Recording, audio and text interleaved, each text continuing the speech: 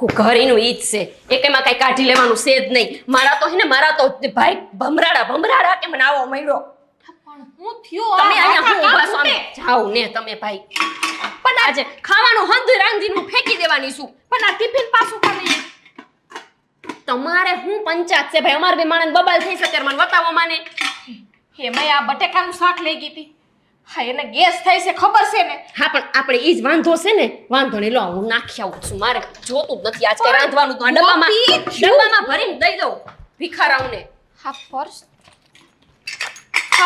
Purse ક્યાંથી ને આ ટિફિન એને પર્સ લઈને આવી મને બોલાવોમાં એમ કહું છું મારું મગજ સટકેલું છે પણ થયું હું ઈ કેને આ કામ યુ કેમ લેવા અને પણ હંધુય જાણવું છે તમારે હું અમાર બે માણસ જે થયું ઈ પણ ગોપી આમ જો મગજને શાંત રખાય આ શાંત અત્યારે પારો હાથમાં આસમાને છે ને મને શાંત રહેવાનું કહે છે આ બાઈને મારે કેમ સમજાવી તમારા ઘરવાળાને કોકારે લફડું છે એવી તમને ખબર પડી જાય તમે શાંત રહ્યો કોને લફરું છે મારું ગળું બેહી ગયું અને આને હજી પંચાત કૂટવી છે પણ કોની હારે છે ઓળખતી હોત ને તો સંખ્યા ઝાલીને પસાડી દીધી હોત પેલા ઘૂંટડો પાણી પી લે હા હવે બોલ હા શ્વાસ લે હવે કે હું કહું કોની હારે લફરું કોને છે એ કહું છું નથી ખબર કોની હારે છે પણ સે ઈ પાકા પાયે વાત થઈ ગઈ હવે પણ એમ નહીં આ પર્સ ને એને આ પર્સના લીધે જ હંધુય થયું છે આ પર્સના લીધે જ હંધુય પર્સના લીધે પણ થયું હું મોઢામાંથી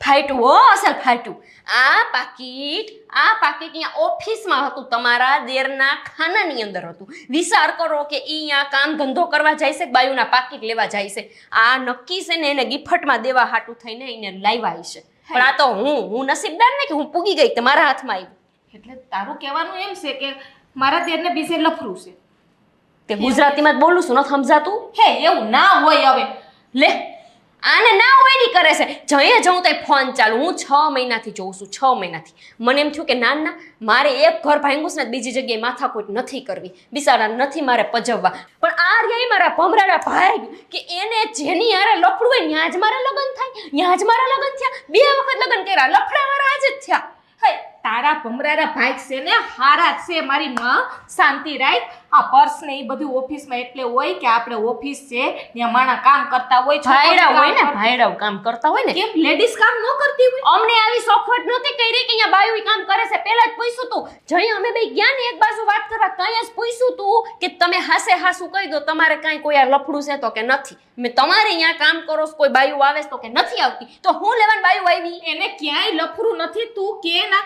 જો અમારા ઘરવાળાના હમ ખાવ મારો દિયર બહુ સીધો સાદો છે ડાયો છે એને કોઈ છોકરી એને લફરું નથી મારી માં આવો મગજમાં હું કમે ઘુસાડત તમારા ઘરવાળાને હમ ખાવ મારા ઘરવાળાને હમ ખાવ મારી માં મારો દિયર છે ને બહુ ડાયો છે ક્યાંય લફરું નથી ખોટી આ મગજમાં સંકાયું ન ભરાય આમ હાથ અડાડો માં તમે ઘોકા ન મારો મને બરાબર હા તો તમે હમ ખાવશો તો નહીં હોય સંકા ન ભરાય મારી બેન હા તો નહીં હોય તમે કયો છો બીજું પણ જો મને ખબર પડી ને કે આવું કાંઈ છે એટલે મજા નહીં આવે સતાય આ હંધી વાત મારા ભાભીને તો કરવાની જ છે હા હું વાત કરી એ તમને ન ખબર પડે અમારે નણંદ ભોજન હંધી વાત કરવી પડે પછી વાત વધી જાય છે ને તો બધા મને કહે છે મારે પેલા ઘરવાળાને લફરું હતું શરૂઆતથી મને ખબર હતી પણ છે ને મેં મારા ભાઈઓને કોઈ કીધું નહીં મેં કીધું હાંકવા દ્યો હાલે છે તો હાંકવા દ્યો પણ પછી થઈ ગયું મોડું અને બધાય મને ખીજાણા કે તારા અમને વાત કરાય ને પણ ગોપી મારા દિયરને કે લફરું નથી તોય વાત તો પિયરમાં વાત કરવાનું કે પણ પિયરમાં વાત ન કરતી હોય તો કરવાનું હોય પણ નથી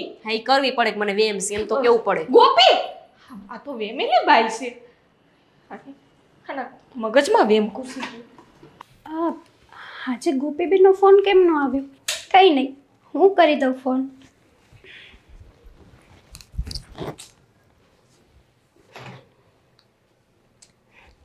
હલો જય શ્રી કૃષ્ણ બેન જય શ્રી કૃષ્ણ કેમ છો બસ મજામાં તમે કેમ છો એ કયો ઠીક ઠાક હા લે હા શું થયું છે તબિયત તો સારી છે ને તમારી કેટલી વાર મેં તમને કીધું કે મારી તબિયત અહીંયા સારી રહેતી જ નથી તો પછી હું કામને વારંવાર પૂછતા હોય ભાભી અરે મને એમ થયું મેં તમને કાલે કીધું હતું કે એવું લાગે તો દવા લઈ આવો અરે દવા લઈને જ જીવું છું જ્યારથી લગ્ન થયા ત્યારથી દવા જ લઉં છું મને તો સમજાતું નથી કે મેં ક્યાં લગ્ન કર્યા છે દવાખાનામાં કોઈ હારે કર્યા છે કે પછી કોઈના ઘરમાં આવી છું ગોપીબેન કેમ આવા શબ્દો વાપરો છો શું થયું છે તમારા અને કુમાર વચ્ચે કઈ બબાલ થઈ છે?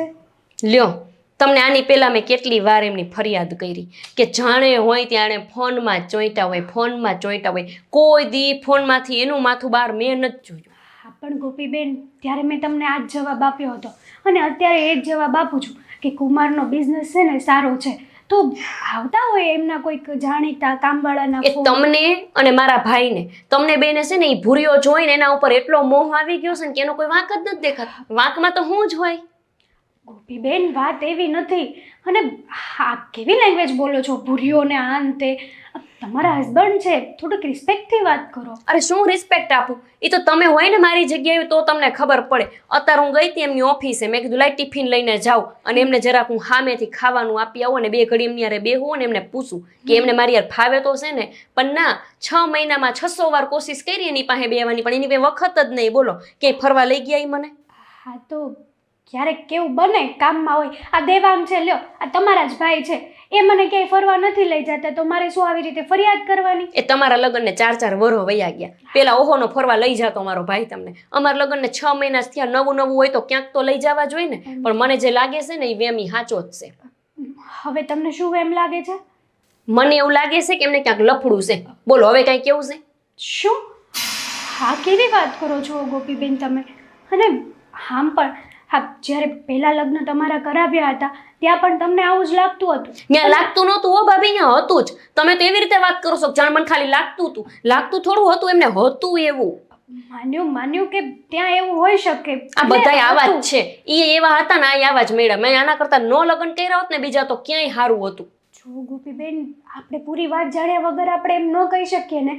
પહેલા જે જગ્યાએ તમારા મેરેજ કર્યા હતા ત્યાં હતું, પણ અહીંયા તમારે પૂરી વાત જાણવી જોઈએ. મારું ભાભી, કેવું- હું એની યારે કઈ વધારે ડખો કરું ને એની કરતા તમે ભાઈને કહો કે અહીંયા આવે અને એની પાસે જાણવાની કોશિશ કરે. જો આવું કઈ હોય ને તો અત્યારથી જ પાછા વળી જવું સારું. બાકી પછી વળતા પાણી કરવામાં આપણને કેટલી ભીં પડી હતી ની ખબર જ છે તમને. હા હા, બરાબર છે. તમે ચિંતા નહીં કરતા, હું આ બાબતે હમણાં જ તમારા ભાઈને વાત કરીશ હો ને. વાતય કરો ને આવીએ જાઓ પછી હારવાર. હા હા, આવશું, પણ તમે તમારું તબિયતનું ધ્યાન રાખજો. આમાં હું તબિયત હારી રે મૂકો. અરે હા ભાઈ, હા, ઓફિસે આવું ને પછી મળીને બધી વાત કરીએ. હા, ઓકે. હેતલ, મારા સોક્સ લાવતો. લઈ આપું હમણાં. મારે છે ને તમારી સાથે એક વાત કરવી છે. તો બોલ ને, તારે વાત કરવા માટે મારી પરમિશન લેવાની ક્યાં કઈ જરૂર છે? જો મેં છે ને ગોપીબેનને ફોન કર્યો હતો. આ કાલની ગોપીબેન સાથે વાત નહોતી થઈ ને એટલા માટે. પણ ફોન કર્યો ને તો ગોપીબેન બિચારા છે ને બહુ હેરાન હતા. હેરાન હતા? કેમ, શું થયું? એટલે એક તો એની તબિયત સારી છે નહીં. ખબર નહીં, જ્યારથી એ ઘરમાં લગ્ન કરીને ગયા છે ને ત્યારથી એની તબિયત બરાબર જ નથી. અને તબિયત સારી ના હોય તો પછી કુમારને કહેવું જોઈએ ને આપણે કે તમે એમને હોસ્પિટલ લઈ જાઓ, કોઈ સારી હોસ્પિટલમાં એની ચેકઅપ કરાવો, દવા કરાવો. એ જ કહેતા હતા કે કુમાર છે ને એમનામાં ધ્યાન જ નથી આપતા. આ 24 કલાક કોક જોડે ફોનમાં વાત જ કર્યા રાખે છે. અને એવું કંઈ થોડી હોતું હોય છે. કુમાર કોઈની બીજાની સાથે, જો મને લાગે છે કે સાંભળવામાં તારાથી કંઈ ભૂલ થઈ હશે. ના, મેં 2 વાર કન્ફર્મ કર્યું. પાક્કું. અને એ પણ કહેતા હતા કે ગોપીબેન એમ કહેતા હતા કે કુમારનું છે ને બીજે ક્યાંય લફરું હોય ને એવું લાગે છે એને. કેવી રીતે બની શકે? આના પહેલાં પણ બેન જે જગ્યાએ હતી એ ઘરે પણ આવું જ કંઈક થયું હતું. અને ખાસ વાત તો એ કે બીજી વાર લગ્ન કર્યા છે ત્યાં પણ સેમ. સમજાતું નથી કે ભગવાને મારી બહેનનું કેવું તે નસીબ લખ્યું છે કે બંને જગ્યાએ સરખી પ્રોબ્લેમ આવી. હું એ જ કહું છું, બિચારા ગોપીબેન કેટલા હેરાન હતા.